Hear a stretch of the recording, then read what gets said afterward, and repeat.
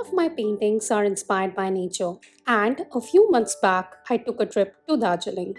I was so much inspired by the beautiful mountains that I could not stop myself from painting it. Hey guys, I am Dhritika, an artist, instructor, mother, Skillshare teacher, and brand owner of Vibrant Parcels, where we manufacture handmade sketchbooks, artist grade paints, and much more. You can purchase our handmade products from www.vibrantparcels.com. The speed of the video is 2x, so you can always go ahead and decrease the speed of the video for your reference. I'm going ahead with the top part of the sky, and this is majorly a mix of my violet as well as my phthalo blue. Going ahead and using my thickest Princeton brush, which is about 1.5 inch, and then adding simple water, which is clean water, onto the top half of our mountains as well as the sky. The sketchbook is particularly from Vibrant Parcels, and it is 185 GSM 100% cotton arches paper that I have used for making the sketchbook. It is 20 by 20 centimeter and it has 20 sheets, 40 working sides, which I completely use for all my paintings. 100% cotton paper is always a necessity when you are doing a wet on wet wash. As you can see, the whole of the painting is wet on wet. We are not having any kind of hard edges. I would go ahead and now make some amount of my sap green into the blue that I already have. This is majorly a mix of my Indonesian blue as well as some violet and phthalo blue to get a mix that I have used for the background mountain. I will go ahead and even add this light shade of green. As we progress, we will change the values of this softer mountain to get more depth and intensity into our painting. Except these smaller animals which we did add for our painting, they are our major focus point. Everything else is background and we do not need to think much while we continue with our painting. I will go ahead and remove some of my paints in few of the areas where I think it is necessary. As you can always see that there are some of the ridges and there are some of the troughs in the mountains. We are going to create those ridges. Even while we paint the foreground mountains, we are not going to go ahead with an equal amount of colors in each of the areas. There would be a change in the shades as well as the colors which you observe. Continue with this painting. There are few of the areas where I have more of sap green and some of the areas where I have a mix of my blue and the darkest value of green, that is the forest green more. These are a few combinations that you should always go ahead and try. I am making the closest foreground mountain, and this is with the lightest value of green. It is a mix of my greenish yellow as well as sap green. Going with some of my darkest value of green towards the top area, which is basically a mix of my blue as well as some amount of green. You can also mix your sap green along with the blue to get a color similar to the one that you observe.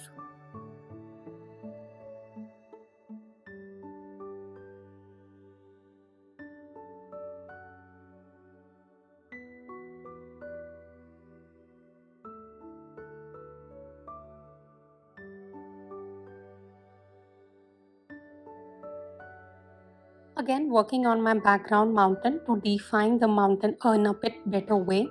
I am adding the mix of my blue as well as the sap green which I have, and towards the top area it is more darker while I go towards the bottom. Then again I will add the darker value. I'm not going to have the same amount of pigments in each and every area. Some of the area will be as it is from the first layer which we did add initially.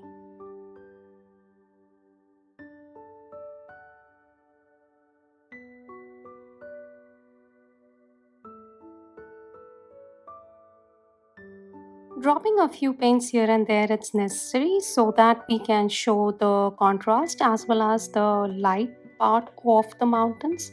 It is important to create the foregrounds in a darker value compared to the background mountain.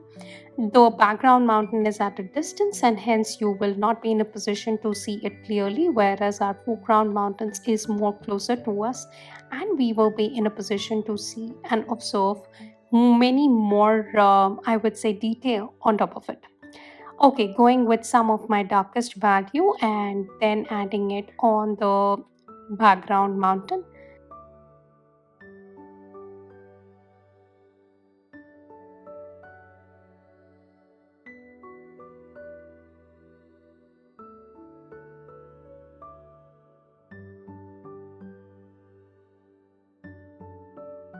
Now I have gone ahead and added some of my darker values in few of the areas of my mountains towards the left part.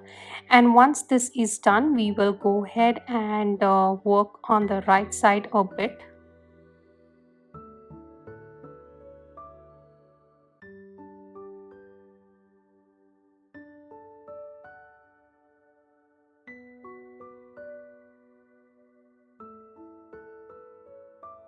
You know, one thing as an artist that I would say always is every time we also don't have a great outlook of how the painting would turn out.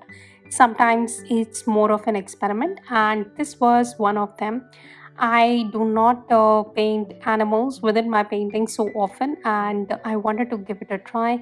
Never thought that it would turn out as I wanted, and hence, this is one of the paintings where I am going to not only learn about watercolors and the different intensity of watercolors. Every watercolor painting teaches us something, and this painting taught me how to apply my water on the paper and how much wetness I should have.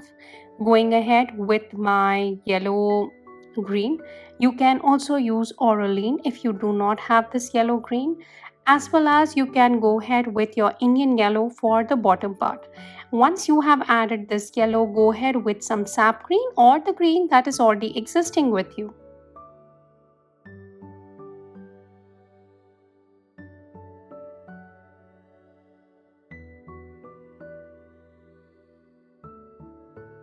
As my paper is pretty wet, hence whatever color I apply on top of my paper will flow.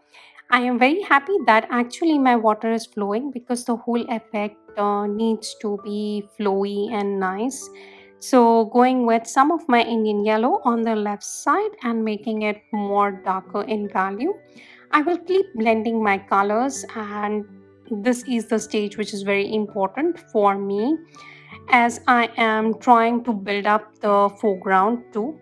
Along with it, let's work on the tree that we have in our foreground, which is majorly the pine trees. I want a soft approach even for my pine trees, so I did add some water.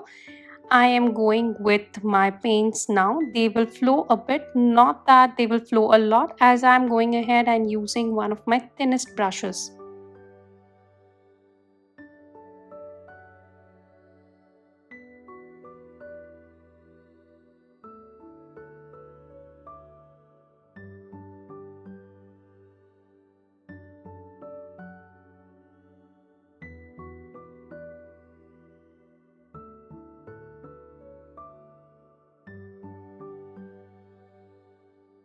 My whole idea in this whole painting was to experiment and to enjoy the process.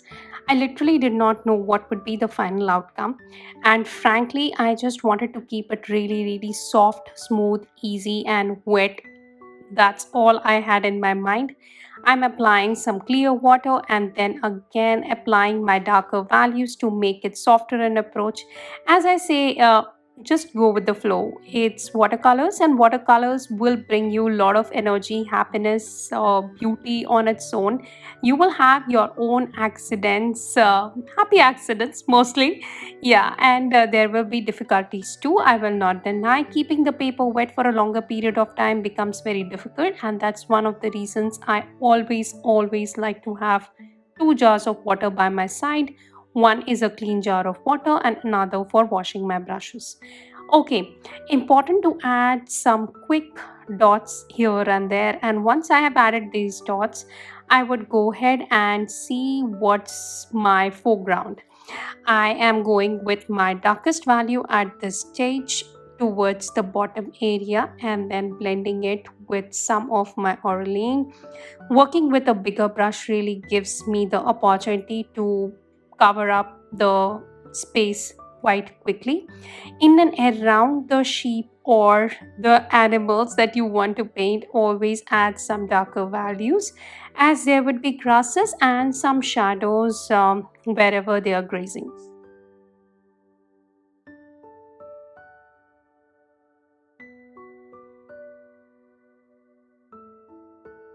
I need to add some background bushes, and I'm even keeping these bushes pretty soft and easy. I have applied some clean water before I went ahead and added them, adding a few drops of lines here and there to showcase my trees in a better way. Okay, cool. I guess this looks pretty fine. Now it's time to just blend in a few areas wherever I think it is necessary. And once it is done, we will remove the masking fluid and let our foreground also dry up equally. I'm going ahead with some of my brown and adding it on the animals. I would also add it in the similar way for the other sheep too.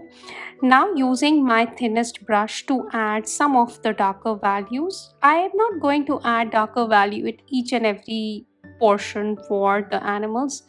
I have to just show that yes, animals are grazing, and I'm not going to detail at every point in time.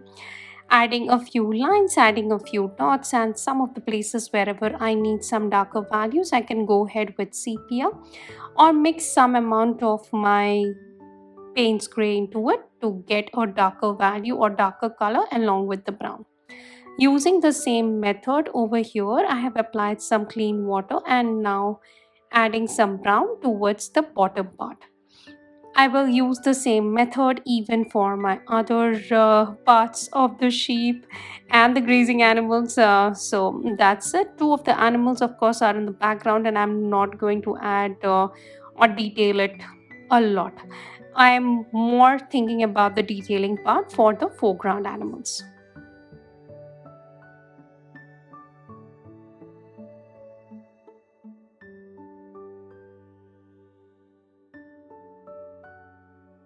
Let's start working on the background animals now. Add a bit of your brown towards the bottom area and then blend it with the size 3 brush. I have been using my size 3 and size 4 brush pretty often. Mostly my brushes are the Vinci, as it gives me lot more opportunity to play with the colors, as well as it's a great brush having a very nice tip in case you are ever thinking of investing in good brushes. I think the Vinci is one of the brands that you can look forward to. Okay, going with some of our darkest value for few of the highlighting areas of our sheep, and then adding it for the face as well as for the body of the sheep.